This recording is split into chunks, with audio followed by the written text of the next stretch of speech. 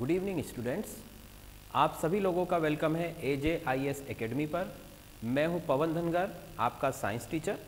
और हम बात आज करने वाले हैं एक बहुत ही इम्पोर्टेंट टॉपिक के ऊपर, जो कि है हीमोफीलिया। ठीक है, ये प्रीवियस ईयर के लास्ट ईयर के पेपर में भी हीमोफीलिया पर शॉर्ट नोट आया था लिखने के लिए कि हीमोफीलिया को एक्सप्लेन कीजिए या हीमोफीलिया के बारे में कुछ इन्फॉर्मेशन आपको प्रोवाइड करनी है। तो हीमोफीलिया के बारे में आज हम डिस्कस करेंगे, क्यों होता है, कैसे होता है, क्या होता है, ट्रीटमेंट क्या है, डायग्नोसिस क्या है, सिम्टम्स क्या है, सारी चीज़ों के बारे में हम बात करने वाले हैं। ठीक है, चलिए तो हम स्टार्ट करते हैं कि हीमोफीलिया, व्हाट इज हीमोफीलिया। देखिए, हीमोफीलिया का मतलब होता है, हीमोफीलिया का मतलब है ब्लड कोआगुलेशन डिसऑर्डर। देखिए, हम सभी लोग जानते हैं कि जब भी हमारी जो बॉडी है उसके अंदर जो हमारा ब्लड है, ठीक है, वो ब्लड अगर कहीं पर कट लग जाता है, बॉडी में कहीं पर इंजरी हो जाती है, कोई चोट लग जाती है, तो वहाँ से ब्लीडिंग होने लगती है, मतलब खून बहने लगता है, निकलने लगता है। तो अपने आप थोड़ी देर के बाद, अगर इंजरी जो है वो माइनर है, तो थोड़ी देर के बाद अपने आप बॉडी जो है वहाँ पर क्लॉटिंग कर देती है, मतलब खून का थक्का जमा देती है। ठीक है, और खून बहना बंद हो जाता है, और फिर उस जगह की जो भी कट लगा है वहाँ पर जो है बॉडी पूरा अपना रिपेयर करके और उसको पहले जैसा कर देती कुछ दिनों के अंदर। ठीक है, ये तो नॉर्मल पर्सन के केस में बात हो गई कि चोट लगने के बाद उसे थोड़ी देर बाद उसका खून का बहना बंद हो जाता है, मतलब ब्लीडिंग जो है उसकी अपने आप स्टॉप हो जाती है। फाइन, फिर उसके कुछ दिनों के बाद 2-3-4 दिन जैसी भी इंजरी है उसके हिसाब से वो जो आपका सरफेस है जहाँ पर कट लगा था वो पूरी तरह से रिपेयर भी हो जाता है। ठीक है, बट हीमोफीलिया क्या है? हीमोफीलिया एक ऐसा डिसऑर्डर है जिसमें ब्लड कोआगुलेशन डिसऑर्डर है। दैट मीन्स कि ब्लड का कोआगुलेशन नहीं हो रहा है, मतलब कि खून का जो थक्का है वो नहीं जम रहा है। मीन्स कि जब अगर कट लगा, ठीक है, या कोई इंजरी हुई या कोई सर्जरी आपने कराई है, तो उसमें अगर ब्लीडिंग शुरू हुई तो वो ब्लीडिंग अपने आप बंद नहीं होगी, मतलब स्टॉप नहीं होगी। आपका जो ब्लड है वो कंटिन्यूअसली बहता चला जाएगा, ठीक है, वो फ्लो होता ही रहेगा, और इसी वजह से हीमोफीलिया जो है वो एक तरह से डेंजरस हो जाता है। ठीक है, बट उसको अगर हम डेफिनेशन समझे तो क्या बोल सकते हैं कि ब्लड कोआगुलेशन डिसऑर्डर है या इनहेरिटेड ब्लीडिंग डिसऑर्डर है। मीन्स कि यहाँ पर ब्लड की जो क्लॉटिंग है वो नहीं हो पा रही है, ब्लड का बहना जो है वो बंद नहीं हो पा रहा है, खून रुक नहीं रहा है। जैसे ही चोट लगी, चाहे वो आपको शेविंग करते समय चोट लग सकती है, कोई काम करते समय, खेलते समय, या फिर सर्जरी के टाइम पर, और फिर इसका जो डेंजरस फैक्टर है वो ये होता है कि इंटरनल ब्लीडिंग भी इसके अंदर हो सकती है। ठीक है, मान लीजिए कि एक्सटर्नल ब्लीडिंग है वो तो हमें फाइंड आउट हो जाएगी, दिख जाएगी कि भाई हमारा खून बह रहा है, ठीक है, बट बॉडी में जो इंटरनल ब्लीडिंग है, ठीक है, जैसे जॉइंट्स में ब्लीडिंग हो सकती है, या आपका जो पूरा GIT ट्रैक है उसके अंदर ब्लीडिंग हो सकती है, या बॉडी का कोई सा भी दूसरा सिस्टम है उसमें इंटरनल ब्लीडिंग हो सकती है, जो कि बहुत ज़्यादा डेंजरस होती है, वो बहुत ही ज़्यादा भयावह रूप जो है वहाँ पर ले सकती है। ठीक है, चलिए, तो ये तो बात हो गई कि हीमोफीलिया जो है वो एक ब्लड कोआगुलेशन डिसऑर्डर है। स्टूडेंट्स, हमारे ब्लड के अंदर कई सारे ऐसे फैक्टर्स होते हैं, या कई सारे हम ऐसा बोल सकते हैं कि तत्व होते हैं या एलिमेंट्स होते हैं जो कि खून को जमाते हैं या खून का थक्का जमाते हैं। जैसे ही वो, देखिए, जब तक जो ब्लड है हमारी जो वेन्स या आर्टरीज है उनमें बह रहा है, भाई आपकी जो धमनियां हैं और आपकी जो नसें हैं उनके अंदर अगर खून बह रहा है तो वो वहाँ पर क्लॉट नहीं होगा, वहाँ पर वो जमेगा नहीं। बट जैसे ही ब्लीडिंग होती है, कोई नस कट जाती है या कोई मसल्स डैमेज हो जाती है, वहाँ से जब ब्लीडिंग होती है तो ब्लड के अंदर कुछ ऐसे फैक्टर्स होते हैं जो कि उस ब्लड को क्लॉट करने का काम करते हैं। ठीक है, ब्लड को रक्त का थक्का जमाने का वो काम करते हैं, जिसकी वजह से खून का बहना बंद हो जाता है। ठीक है, आपने देखा होगा कि अगर मान लीजिए आपने कभी ब्लड टेस्ट करवाया होगा, तो वहाँ पर जब भी आपका सैंपल लिया जाता है ब्लड का, ठीक है, तो उसे बहुत ज़्यादा टाइम के लिए वो प्रिजर्व करके नहीं रखते हैं, तुरंत उसकी टेस्टिंग वगैरह सारी हो जाती है। अगर प्रिजर्व करना हो तो फिर क्या करना होगा कि भाई जैसे ही जो आपका ब्लड है वो बॉडी के बाहर आएगा तो वो क्लॉट होने लगेगा, तो उसको क्लॉटिंग से रोकने के लिए उसमें एंटी क्लॉटिंग एजेंट मिलाने पड़ते हैं। ठीक है, तब जा करके वो जो है वहाँ पर खून जो है उसी टेस्ट ट्यूब में या जहाँ पर भी आपका सैंपल लिया है उसमें वो क्लॉट नहीं होगा। बट हमारी बॉडी के अंदर जो है कई सारे ऐसे प्रोटीन्स और कई सारे ऐसे एजेंट्स होते हैं जो ब्लड को वेन्स और आर्टरी में क्लॉट होने नहीं देते हैं, बट जैसे ही आर्टरी कट होती है तो ब्लडिंग होती है, तब वो फैक्टर्स काम अपना करते हैं। ठीक, तो ये तो हो गई हीमोफीलिया की बात।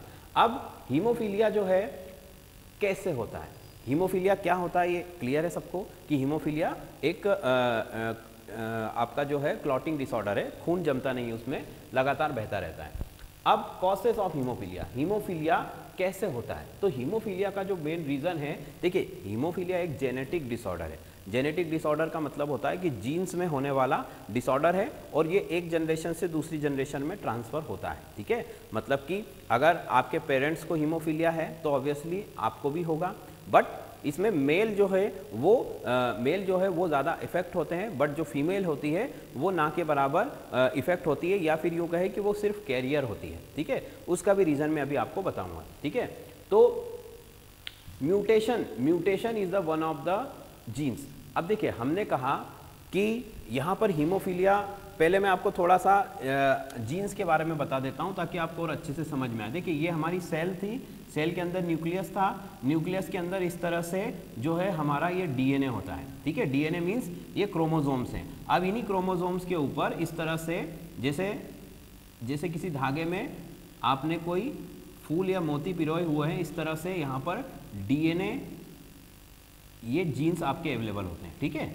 तो हमारी बॉडी में हर प्रॉपर्टी के लिए एक अलग जीन होता है, ठीक है। जैसे आंखों का रंग, तो वो कैसा होगा इसके लिए एक डिफरेंट जीन है। बॉडी का स्ट्रक्चर कैसा होगा उसके लिए डिफरेंट जीन है। स्किन का कलर कैसा है उसके लिए डिफरेंट जीन है। या फिर आपका जो ब्लड क्लॉटिंग के जो एजेंट्स हैं उनको ऑर्डर देने वाला जो जीन्स है, ठीक है, उसमें यहाँ पर गड़बड़ होती है। तो देखिए कि सेल के अंदर न्यूक्लियस है, न्यूक्लियस के अंदर क्रोमोसोम्स है, क्रोमोसोम्स में जीन्स है। अब म्यूटेशन क्या होता है, देखो मान लीजिए कि ये कोई एक जीन है जो कि क्या कर रहा है, ये जीन ऑर्डर कर रहा है किसको, उन फैक्टर्स को कि आप जाकर के ब्लड को क्लॉट कीजिए, ठीक है। जीन्स का काम यही होता है कि जीन्स जो होता है वो एक तरह से ऑर्डर देते हैं, एक इंफॉर्मेशन या उनको सिग्नल देते हैं कि भाई ब्लड की क्लॉटिंग अब होनी चाहिए।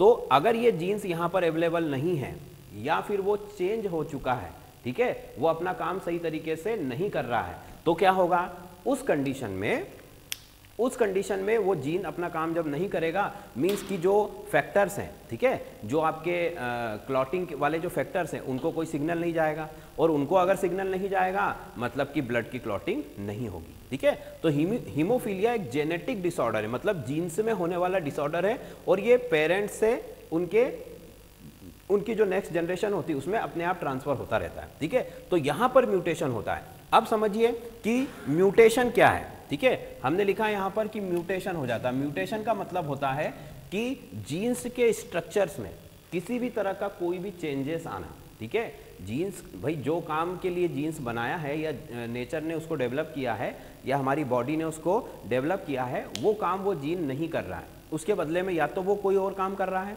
या फिर कोई काम नहीं कर रहा है। दैट मीन्स कि वो म्यूट हो चुका है, म्यूटेशन उसके अंदर उत्परिवर्तन हो चुका है, ठीक है।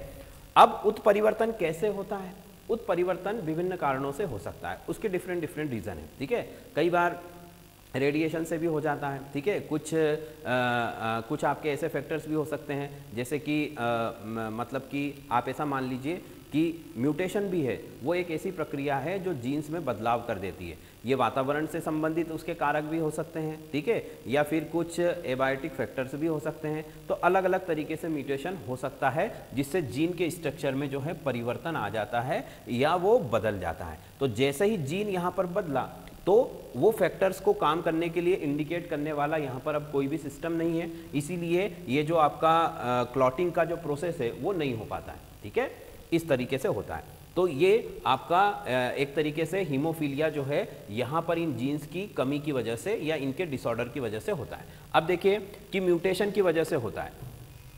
हाँ, यहाँ पर हमने लिखा हुआ है कि जो जीन्स रिस्पॉन्सिबल है क्लॉटिंग के लिए या क्लॉटिंग फैक्टर्स के लिए उनमें म्यूटेशन हो जाता है, ठीक है। अब देखिए कि मेल और फीमेल की हम बात कर रहे थे, तो दो तरह के हमारे पास क्रोमोसोम्स होते हैं, एक मेल है और एक फीमेल है। तो फीमेल और मेल में किस तरह के क्रोमोसोम होते हैं, देखिए जरा कि मेल जो होता है उसमें XY टाइप के जो है क्रोमोसोम्स होता है, मतलब कि एक X होता है और दूसरा Y होता है। फीमेल जो होती है, फीमेल के अंदर दोनों X क्रोमोसोम्स होते हैं, ठीक है। मेल XY और फीमेल जो है वो फीमेल में दोनों X होते हैं। अब जो हीमोफीलिया हमारा ये कौन से वाले क्रोमोसोम पर पाया जाता है? हीमोफीलिया का जो जीन है या जो भी इसका म्यूटेट वाला जीन है वो एक्स वाले क्रोमोसोम पर मिलता है। मतलब कि वो खराब किसे करता है? एक्स क्रोमोसोम को जो है वो आउट ऑफ ऑर्डर कर देता है, उसको खराब कर देता है।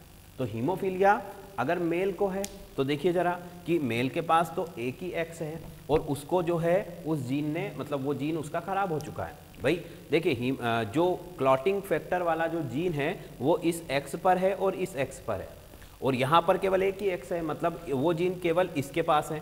तो अगर ये खराब हो जाता है, ये आउट ऑफ ऑर्डर हो जाता है, तो मतलब वाई के पास तो वो क्लॉटिंग फैक्टर वाला जीन है ही नहीं, तो इसलिए वाई तो क्लॉटिंग का काम नहीं कर सकेगा। बट फीमेल में क्या होता है, दो एक्स होने की वजह से अगर एक में मान लीजिए म्यूटेशन के थ्रू जीन्स में कोई गड़बड़ हो गई है, कोई खराबी आ गई है, तो दूसरे एक्स का जो क्लॉटिंग वाला जीन होता है वो अपना काम करता रहता है। इसीलिए फीमेल को ये बीमारी नहीं होती है या ना के बराबर होती है। ठीक है, बहुत ही रेयर केस होता है जबकि दोनों एक्स के जो क्लॉटिंग फैक्टर्स जीन हैं वो आउट ऑफ ऑर्डर हो जाए, मतलब काम करना बंद कर दें। ठीक है, तो इसीलिए फीमेल, देखिए फीमेल में दो एक्स है और एक प्रॉपर काम कर रहा है, दूसरा अगर खराब भी हो जाता है तो भी उसको वो डिजीज जो है वो इफेक्ट नहीं करेगी। बट मेल के साथ ऐसा नहीं है, मेल में एक ही एक्स है जिसके ऊपर वो जीन्स अवेलेबल है, और अगर वो खराब हो जाता है मतलब कि मेल को हीमोफीलिया हो जाएगा। ठीक है, और इसीलिए जो मेल होता है वो ही हीमोफीलिया से अफेक्टेड होता है, फीमेल जनरली केवल कैरियर होती है। ठीक है, कैरियर कैसे होती है वो भी समझिए। इतनी चीज़ सबको क्लियर है कि कैसे सिर्फ मेल के अंदर ही हीमोफीलिया होता है, फीमेल को हीमोफीलिया नहीं होता है। ठीक, अब देखिए मान लीजिए कि ये मेल है एक्स वाई और ये फीमेल है एक्स एक्स, मतलब कि ये फीमेल है। अब इस फीमेल के इस एक्स पर एक हीमोफीलिया, मतलब इसका जो क्लॉटिंग जीन्स है वो खराब हो चुका है, मतलब कि ये एक्स जो है अब कोई किसी काम का नहीं है, ये हीमोफिलिक हो चुका है, ये ब्लड को क्लॉट नहीं करेगा। ठीक है, मतलब कि इस फीमेल का एक एक्स क्रोमोसोम जो है वो आउट ऑफ ऑर्डर हो गया है, या उसका जो जीन है वो आउट ऑफ ऑर्डर हो चुका है। ठीक है, तो अब इसके पास तो अभी भी एक्स है, मतलब इसमें तो हीमोफीलिया होगा नहीं। अब होगा क्या कि मान लीजिए इन दोनों के बीच में अगर हम क्रॉस कराते हैं, ठीक है, इन दोनों के बीच में अगर क्रॉस किया जाता है तो देखिए एक्स और एक्स, ये रहा एक्स और एक्स, फिर से और वाई और एक्स और y और x, मतलब कि टोटल मिला के यहाँ पर अगर हम देखें तो 50% जो मेल चाइल्ड है वो हीमोफीलिया उनको होगा। देखिए दोनों के क्रॉस से 50% मेल चाइल्ड जो है और 50% जो फीमेल चाइल्ड है, तो फीमेल चाइल्ड में क्या हो रहा है, आप देखो कि ये एक्स वाला जो आपका क्रोमोसोम है ये कहाँ कहाँ गया है, एक तो यहाँ पर आया है और एक यहाँ पर आया है, बाकी ये भी नॉर्मल है और ये भी नॉर्मल है। मतलब अगर इन दोनों के बीच में क्रॉस होता है तो यहाँ पर जो एक, देखो मेल फीमेल का पता कैसे चलेगा, जिसके पास Y है मतलब वो फीमेल है, जिसके पास दोनों एक्स है वो क्या है, वो फीमेल है, और जिसके पास Y है वो मेल है। ठीक है, ये मेल है और ये फीमेल है। तो यहाँ पर देखोगे कि दो मेल है और दो फीमेल बने इनके क्रॉस से। अब उन टोटल जो चार उनका जो रिजल्ट आया है उसमें से चार में से जो एक मेल चाइल्ड है, ठीक है, मतलब दो में से एक मेल चाइल्ड जो है वो हीमोफिलिक है, मतलब कि उसको हीमोफीलिया हो चुका है। और गर्ल में भी अगर आप देखोगे फीमेल चाइल्ड में भी, तो भी दो जो फीमेल चाइल्ड आपके आए हैं उनमें से एक के पास जो है, एक फीमेल चाइल्ड को जो है वो हीमोफीलिया की कैरियर है। ठीक है, उसको हीमोफीलिया नहीं होगा, क्यों, क्योंकि उसमें दूसरा एक्स अवेलेबल है जो अपना काम प्रॉपर कर रहा है। एक एक्स खराब हुआ है, दूसरा एक्स सही है, तो इसलिए फीमेल चाइल्ड 50% जो है वो कैसी है, वो कैरियर बन चुकी है, और हीमोफीलिया जो है 50% मेल चाइल्ड को यहाँ पर हो चुका है। ठीक है, बात समझ में आ रही है इतनी कि यहाँ पर जो कैरियर है वो केवल फीमेल होती है और बीमारी जिसको होगी वो मेल होगा। फाइन, चलिए, तो ये तो हमने नॉर्मल बात की कि अगर फीमेल हीमोफीलिया की कैरियर है, तो अगर मान लो अगर हम दूसरा क्रॉस यहाँ पर करके देखें, ठीक है, दूसरा क्रॉस अगर हम करते हैं तो देखिए कि एक्स के ऊपर, मतलब यहाँ पर मेल जो है वो हीमोफिलिक है और फीमेल जो है वो नॉर्मल है, मेल जो है वो हीमोफिलिक है और फीमेल जो है वो नॉर्मल है। तो अब देखो तो जरा कि क्रॉस अगर करेंगे तो क्या क्या चीज़ें होंगी, देखिए कि x, ठीक है, और x, यहाँ पर ये हीमोफीलिया वाला x आ गया और ये इस तरफ वाला, फिर देखिए तो x ये हीमोफिलिक और ये भी हीमोफिलिक। फाइन, अब उधर देखिए जरा कि y और x और x एंड y। फाइन, मतलब कि अगर आप देखोगे कि जो मेल है, मेल और ये फीमेल,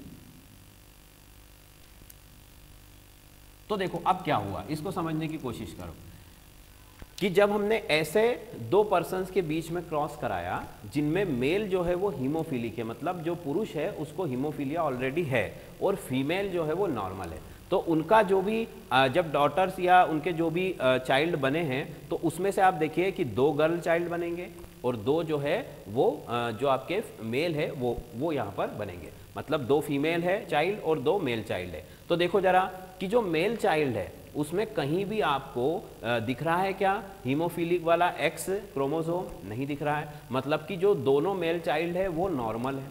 बट फीमेल चाइल्ड में देखोगे तो दोनों ही जगह पर जो है आपको ये एक्स क्रोमोसोम दिखाई दे रहा है जो कि हीमोफिलिया के द्वारा आउट ऑफ ऑर्डर पहले ही हो चुका है, मतलब हीमोफिलिया के द्वारा वो खराब हो चुका है, उसके जीन्स अब काम नहीं कर रहे हैं। दैट मीन्स कि यहाँ पर क्या रिजल्ट निकल सकता है कि अगर मेल हीमोफिलिक है तो 50% जो गर्ल चाइल्ड है वो कैरियर बनेंगे, ठीक है। अगर किसी पुरुष को हीमोफिलिया है तो उसके बच्चों में जो 50% लड़कियां हैं उनको हीमोफिलिया का कैरियर वहां पर वो बन जाएंगी, हीमोफिलिया की कैरियर, और जो उसके मेल चाइल्ड है मतलब जो लड़के हैं उनमें से किसी को भी कुछ भी प्रॉब्लम नहीं होगी, मतलब कि वो नॉर्मल होंगे। बात समझ में आ रही कि अगर फीमेल को हीमोफिलिक क्रोमोसोम था तो 50% मेल चाइल्ड जो है वो हीमोफिलिक हो रहा था। अगर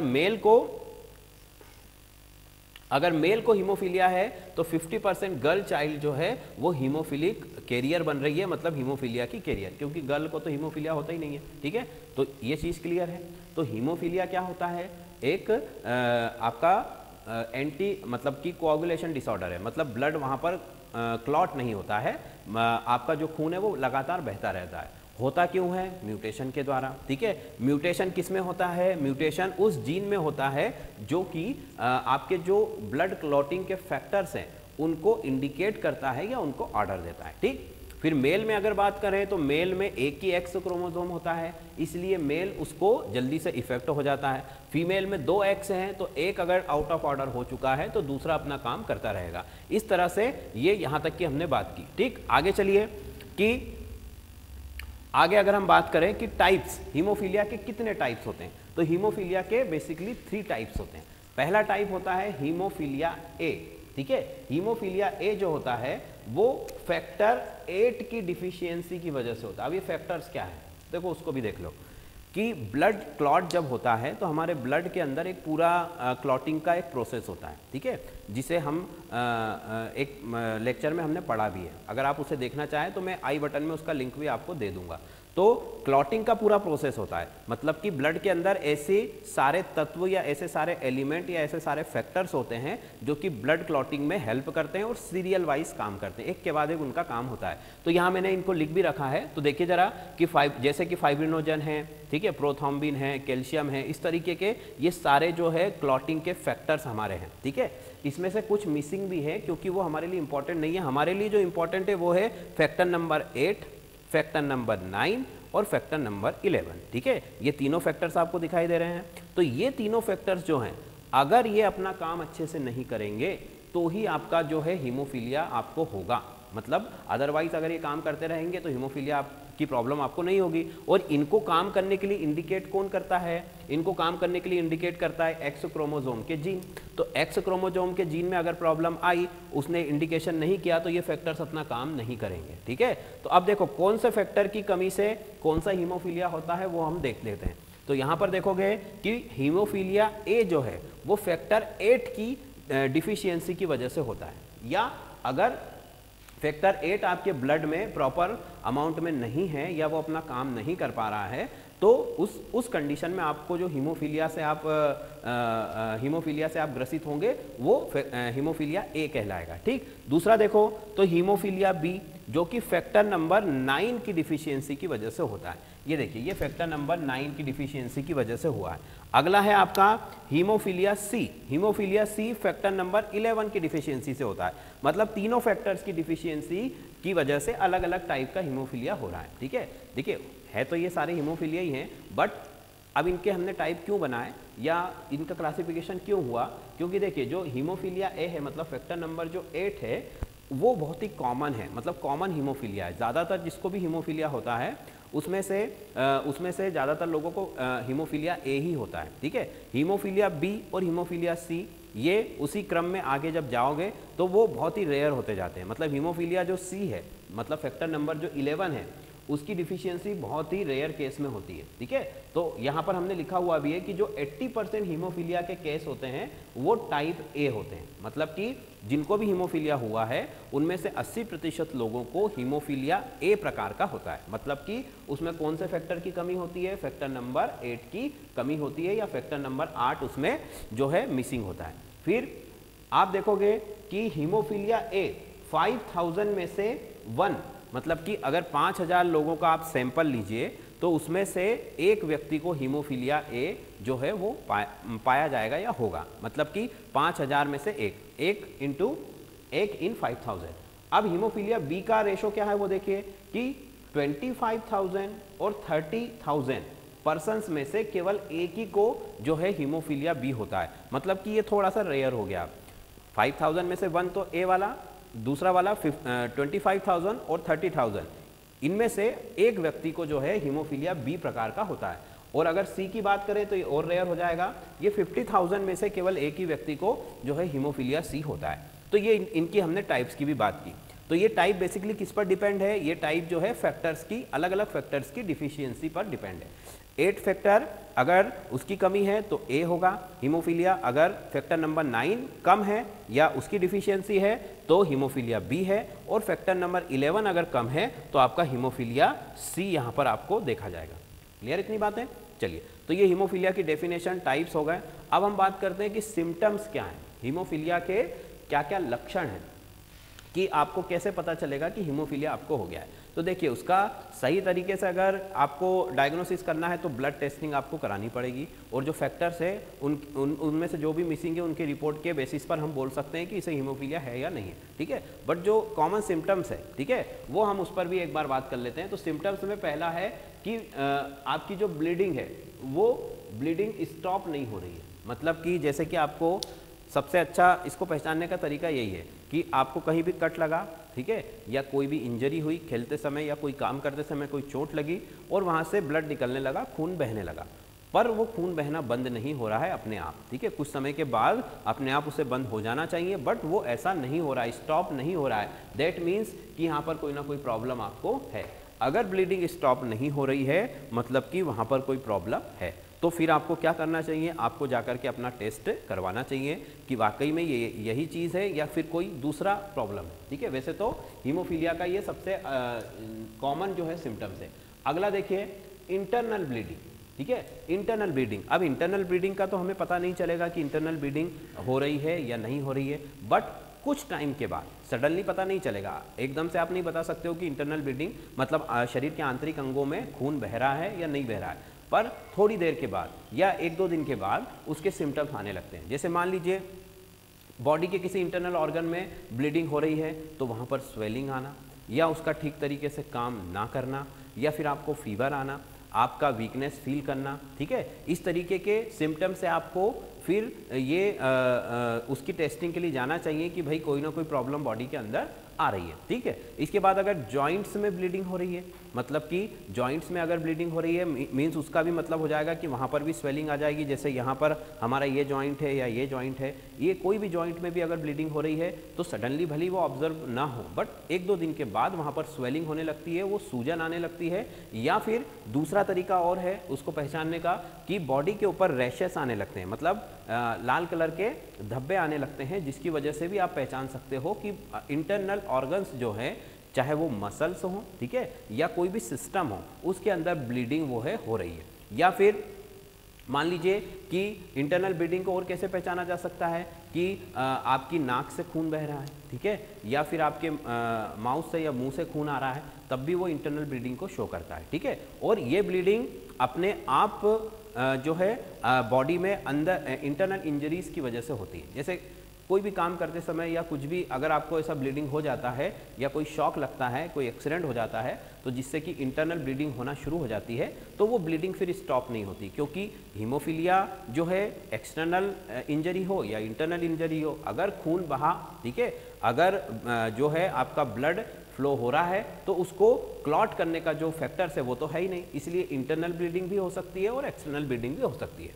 ठीक है, अगला आप सिम्टम्स देखेंगे तो जॉइंट में ब्लीडिंग हो रही है, वो अभी मैं आपको बता ही चुका हूं कि जॉइंट्स में भी जो है ब्लीडिंग हो सकती है, और वो पता कब चले में स्वेलिंग आने लगेगी, ठीक है, या वीकनेस फील होने लगेगी, आपको चलने फिरने में प्रॉब्लम्स होने लगेंगी, तब आपको उसका एहसास होगा। फिर ब्लीडिंग इन मसल्स, मसल्स में भी ब्लीडिंग हो सकती है, ठीक है, आपकी जो मांसपेशियां हैं उनके फटने से या कटने से, इंटरनली टूटने से भी वहाँ पर ब्लीडिंग हो सकती है, खून बहना शुरू हो सकता है, और वो भी या तो उसमें रेड कलर के रेशेस आने लगेंगे या फिर स्वेलिंग होने लगेगी, पेन होने लगेगा। इस तरह के कई सारे सिम्टम्स हैं जिनकी वजह से आपको फिर मसल्स में जो है ब्लीडिंग का पता लग सकता है। ठीक, फिर उसके अलावा वोमिटिंग हो सकती है, वोमिटिंग हो सकती है जो कि बहुत ही कॉमन है भाई, अगर इंटरनल ब्लीडिंग होगी तो वोमिटिंग होगी, और उस वोमिटिंग में भी आपको ब्लड दिखाई देगा, मतलब खून की उल्टियां होने लगती है, ऐसा आप समझ सकते हो। ठीक, फिर आगे देखोगे तो यूरिन में आपको ब्लड आने लगेगा, जो कि एक बहुत ही अच्छा तरीका है उसको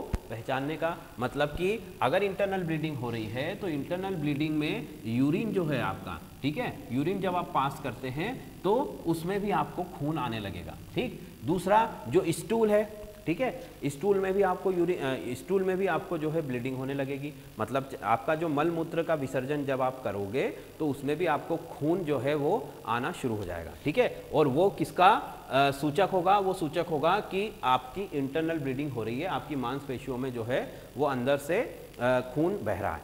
ठीक, चलिए फिर ये बात करी हमने कुछ सिम्टम्स की, अब हम बात करते हैं कि इसका डायग्नोसिस कैसे किया जाता है, मतलब ये टेस्टिंग इसकी कैसे की जाती है, उसके ऊपर भी हम थोड़ी सी बात कर लेते हैं। तो देखिए डायग्नोसिस जो है या उसका पता कैसे लगाया जाता है, उसकी टेस्टिंग कैसे होती है वो देखिए।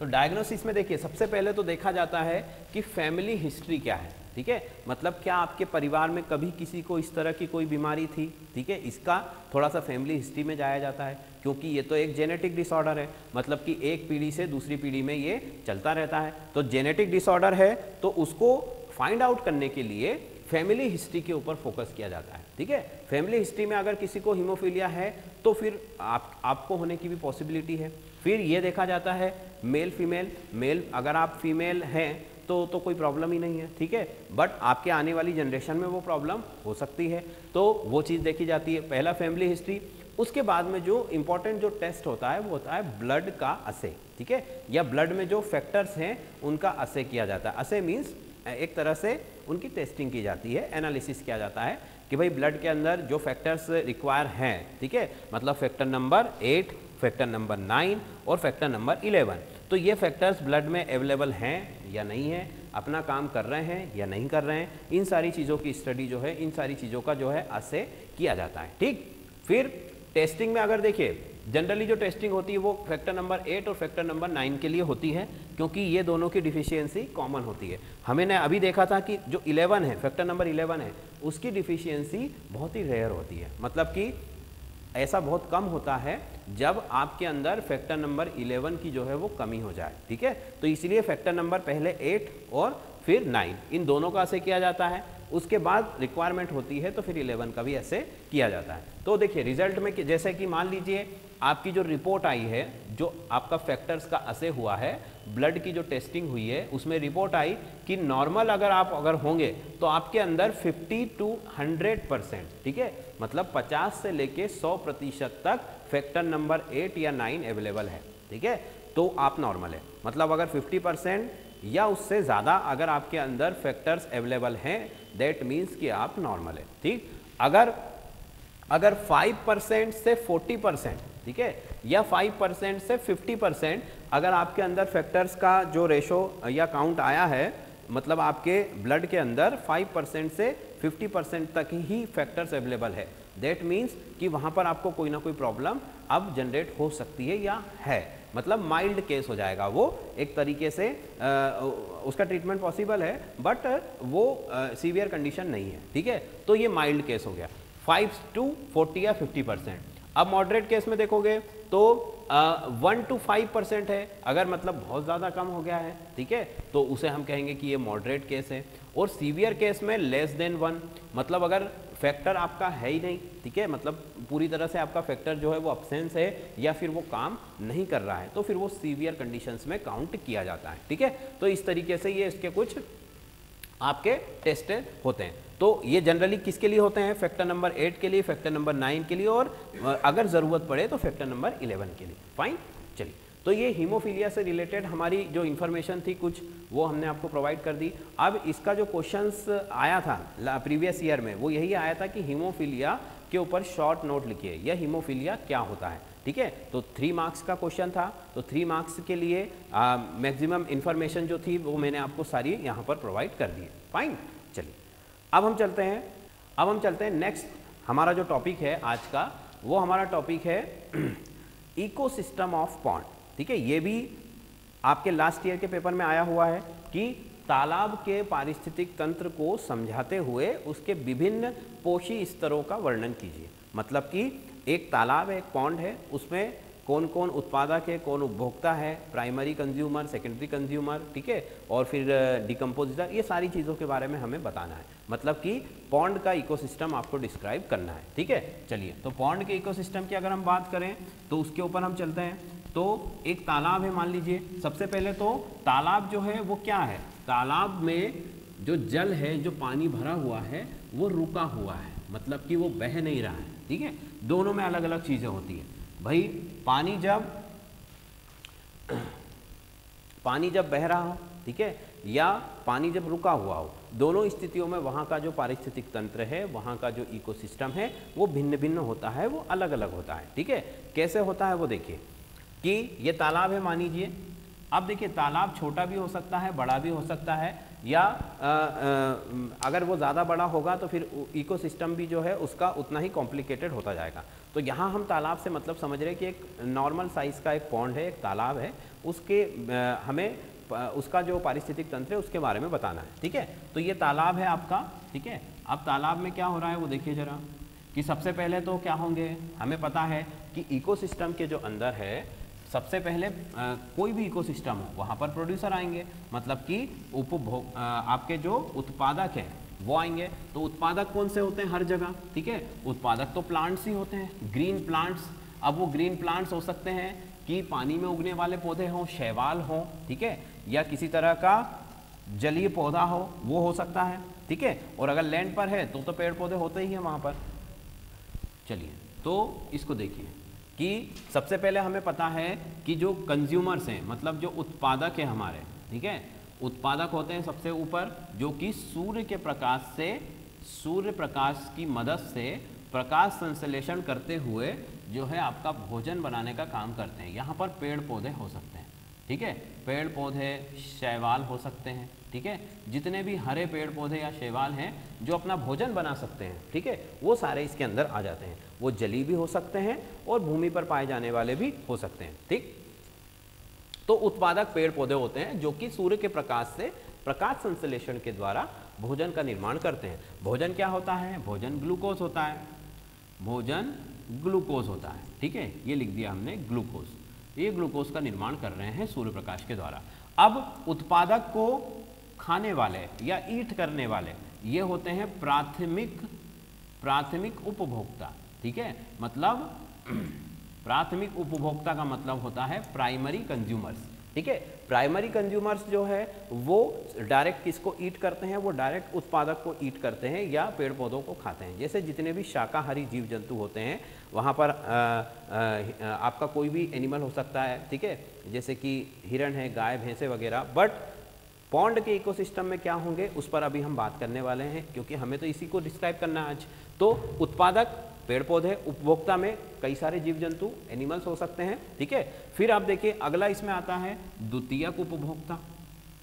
द्वितीयक उपभोक्ता, ठीक है। द्वितीयक उपभोक्ता क्या हो सकते हैं? जो कि मांसाहारी होते हैं, मतलब कार्निवोरस होते हैं, जो प्राथमिक उपभोक्ता को खाते हैं या उनका भोजन करते हैं या उनको ईट करते हैं, ठीक है। प्राथमिक उपभोक्ता पेड़ पौधों को खाएगा, प्राथमिक उपभोक्ता को द्वितीयक उपभोक्ता मतलब कि सेकेंडरी कंज्यूमर ने ईट कर लिया। भाई प्रोड्यूसर से प्राइमरी कंज्यूमर से सेकेंडरी कंज्यूमर। फिर इसमें तृतीयक उपभोक्ता भी हो सकते हैं, ठीक है। तृतीयक उपभोक्ता कब होंगे? जबकि इकोसिस्टम या आपकी जो फूड चेन है वो बड़ी हो, ठीक है। ये आवश्यक नहीं है कि तृतीयक उपभोक्ता होगा ही, आवश्यक नहीं है। अगर इकोसिस्टम छोटा है तो हो सकता है कि तृतीयक उपभोक्ता ना हो, ठीक है। और जनरली दो ही उपभोक्ता से काम चल जाए, ठीक है। बट अगर थोड़ा सा बड़ा है, ठीक है, या फिर उस वहाँ की जो बायोडाइवर्सिटी है या जैव विविधता है वो ज़्यादा है, तो फिर वहाँ पर तृतीयक उपभोक्ता भी होगा, ठीक। और अंत में जो है वो कौन आता है? अंत में आता है आपके डिकम्पोजर, या इसको हम लिख सकते हैं, डिकम्पोजर को लिख सकते हैं जो विघटनकारी बैक्टीरिया वायरस होते हैं वो आते हैं। डिकम्पोजर्स मतलब छोटे छोटे बैक्टीरिया वायरस या कोई भी लिविंग ऑर्गेनिज्म को गलाने वाले या सड़ाने वाले जो भी आपके जर्म्स या बैक्टीरिया वायरस होते हैं वो सब डिकम्पोजर्स में आते हैं। तो देखिए आप, उपभोक्ता ने भोजन बनाया, उसको प्राथमिक उपभोक्ता ने ग्रहण किया, फिर द्वितीयक उपभोक्ता ने इसको ईट कर लिया, तृतीयक उपभोक्ता ने इसको सेकेंडरी को ईट कर लिया, और लास्ट में, ठीक है, जब देखिए फूड चेन में जो भी एनिमल टॉप पर होता है, जैसे मान लीजिए अगर फॉरेस्ट का इकोसिस्टम है तो मान लीजिए कि वहाँ पर जो लॉयन है वो सबसे टॉप पर है, मतलब कि जो हिरन है मान लीजिए उसने पेड़ खाया, हिरन को खाया किसी तीसरे सेकेंडरी कंज्यूमर ने, और फाइनली जो है फिर आप लॉयन ने उसको ईट कर लिया, मतलब कि टॉप पर वहाँ पर जो है वो लॉयन है। तो शेर ने उस हिरण को खाया। अब शेर को तो खाने वाला कोई भी नहीं है वहाँ, बट जब शेर मरता है या डेड होता है अपने आप, उसकी उम्र हो जाती है या कोई बीमारी की वजह से या किसी और रीज़न से जब उसकी मौत होती है, तो उसकी जो बॉडी है, ठीक है, या इनमें से कोई भी अगर डेड होता है किसी दूसरी वजह से और उसको ईट ना किया जाए, तो उसकी बॉडी को डिकम्पोज करने का जो काम है या विघटन करने का जो काम है वो ये हमारे जो डिकम्पोजर्स होते हैं वो करते हैं, ठीक है। जैसे हमने भी देखा होगा ना कि हमारी बॉडी भी अगर ज़्यादा दिनों तक अगर रखा जाए उसको प्रिजर्व किए बिना, तो उसमें से भी स्मेल आने लगेगी, मतलब वो डिकम्पोज होना शुरू हो जाएगी, ठीक है। तो अब तालाब पर आते हैं। तो तालाब में देखिए उपभोक्ता कौन है? उपभोक्ता यहाँ पर होते हैं शैवाल, ठीक है, या फिर जलीय पौधे। शैवाल या फिर जलीय पौधे यहाँ पर उत्पादक का काम करते हैं, ठीक है, जो जल में उगते हैं और जल के अंदर भी हो सकते हैं। इस तरीके से भाई जल के अंदर भी है, या फिर उनकी जो रूट्स हैं वो वाटर के अंदर है और जो लीव्स हैं वो बाहर है। इस तरीके से दोनों तरीके से हो सकते हैं, ठीक है। या फिर जो तालाब के आसपास जो पेड़ पौधे लगे हैं उसको भी हम उसमें काउंट कर सकते हैं। तो बेसिकली शैवाल या जलीय पौधे होते हैं जो कि उत्पादक का काम करते हैं, जो कि आपके producer as a producer work करते हैं पॉन्ड के इकोसिस्टम में, ठीक है। अब दूसरी चीज़ देखिए कि प्राइमरी कंज्यूमर मतलब इन जलीय पौधे वाला वहाँ कौन है, क्योंकि हम बात कर रहे हैं पॉन्ड इकोसिस्टम की। तो यहाँ पर जो होते हैं वो इंसेक्ट्स होते हैं, मतलब छोटे छोटे जो कीड़े होते हैं जल में पाए जाने वाले जो छोटे छोटे कीड़े होते हैं वो आपके, या इंसेक्ट्स जो हैं वो आपका काम करेंगे किसका? पेड़ पौधों को खाने का, ठीक है। मतलब जलीय पौधों को खाने के लिए वहाँ छोटे छोटे जीव जंतु पाए जाते हैं जिनको हम कह सकते हैं कि वो इंसेक्ट्स हैं या एक टाइप ऑफ इंसेक्ट्स होता है, तो वो सब इनको ईट करते हैं, ठीक है। तो पेड़ पौधों को खाया। अब इनको खाने के लिए फिर क्या होंगी? फिशेस होंगी, मछलियाँ होंगी। तो जो छोटी मछली है, ठीक है, जो फिश है छोटी साइज में, ठीक है, वो क्या करेगी? अब वो सेकेंडरी कंज्यूमर बन जाएगी, ठीक है। तो शैवाल उत्पादक है, जो जल में जो कीड़े या छोटे छोटे जीव जंतु होते हैं वो आपके प्राइमरी कंज्यूमर मतलब प्राथमिक उपभोक्ता बन जाएंगे। फिर जो छोटी मछलियां हैं वो इनको खा करके द्वितीयक उपभोक्ता बन जाएगी। और अंत में जो है जो आपकी फिश है जो कि साइज में और बड़ी है या बड़ी मछली है, उस तालाब की सबसे बड़ी जो मछली है, ठीक है, वो यहाँ पर जो है लास्ट में टर्शरी जो है आपका तृतीयक उपभोक्ता की तरह काम करेगी, ठीक है। अब इसमें देखिए यहाँ पर जो आपकी छोटी मछली है इसमें दूसरे कई तरह के हो सकते हैं, जैसे टेडपोल्स हो सकते हैं जिनको ये छोटी मछलियाँ खाती हैं, ठीक है। यहाँ पर इनके साथ में टेडपोल को भी हम रख सकते हैं जो कि प्राइमरी कंज्यूमर्स में आ जाएंगे, बट टेडपोल भी हालांकि इनको ईट करते हैं, ठीक है। तो मेंढक का लार्वा भी हो सकता है, या फिर जो आपकी फिशेस हैं जो बहुत ज़्यादा छोटी हैं वो भी हो सकती हैं, ठीक है, मीडियम साइज की फिशेज भी हो सकती हैं, और जो सबसे बड़ी फिश है, ठीक है, वो क्या करेगी, वो तृतीयक उपभोक्ता की तरह वहाँ पर काम करेगी। तो तालाब के पारिस्थितिक तंत्र में शैवाल जो है वो जलीय पौधा जो है वो उत्पादक है, कीड़े मकोड़े ये जो है आपके प्राथमिक उपभोक्ता है, छोटी मछलियाँ द्वितीयक उपभोक्ता है, और जो बड़ी मछली है, ठीक है, या किसी तरह का कोई रेप्टाइल हो सकता है, ठीक है, हो सकता है उस तालाब में एक छोटा क्रोकोडाइल भी हो, तो वो क्रोकोडाइल, वो मगरमच्छ जो है वो किसकी तरह वर्क करेगा, आपके तृतीय उपभोक्ता की तरह, टर्शरी कंज्यूमर की तरह, ठीक है। तो ये उनका चेन हो गया एक पूरा, ठीक। फिर डिकम्पोजर्स, भाई उस तालाब के अंदर जो भी आपका टर्शरी कंज्यूमर्स हैं या प्राइमरी कंज्यूमर्स हैं या प्रोड्यूसर्स हैं, जब भी वो डेड होंगे, उनकी मृत्यु होगी, तो उनको विघटन करने का जो काम है, उनको गलाने का जो काम है, और उनके जो माइक्रो न्यूट्रिएंट्स है, मतलब कि उनके जो पोषक तत्व है, उनको जल में या जल की जो मिट्टी है, ठीक है, या तालाब के नीचे जो मिट्टी है जमी हुई, उसमें मिला देते हैं वापस, ठीक है। इस तरीके से ये पूरा चक्र जो है चलता रहता है। देखिए, अब इसके अलावा ये तो हमने ये बात कर ली प्राथमिक उपभोक्ता द्वितीय उपभोक्ता, इसके अलावा किसी भी इकोसिस्टम को इफेक्ट करने वाली कई सारी चीज़ें होती हैं, जो कि ये तो बायोटिक फैक्टर्स हो गए सारे। भाई इकोसिस्टम में दो तरह के फैक्टर है हमारे पास, एक तो है बायोटिक और एक है एबायोटिक। तो बायोटिक में तो सारे लिविंग ऑर्गेनिज्म आ गए, जो कि हमने बोल दिए कि शैवाल है या इंसेक्ट्स हैं, छोटी मछली, बड़ी मछली या रेप्टाइल, क्रोकोडाइल, जो भी है, ठीक है, वो सब बायोटिक फैक्टर है, क्योंकि वो जीवित चीज़ें हैं।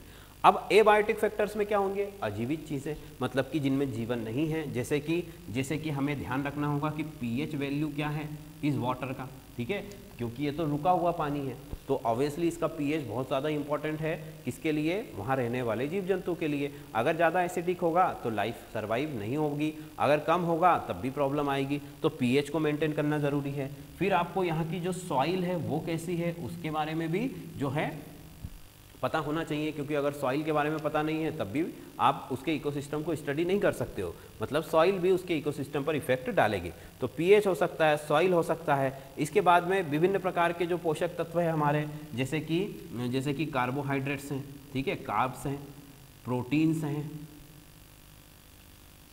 कार्ब्स है, प्रोटीन्स है, इस तरीके कई सारे सूक्ष्म या जीवित और अजीवित तत्व हो सकते हैं, ठीक है। तो ये तो खैर इसी में आ जाते हैं। तो सॉइल के अलावा टेम्परेचर हो सकता है, ठीक है, टेम्परेचर हो सकता है।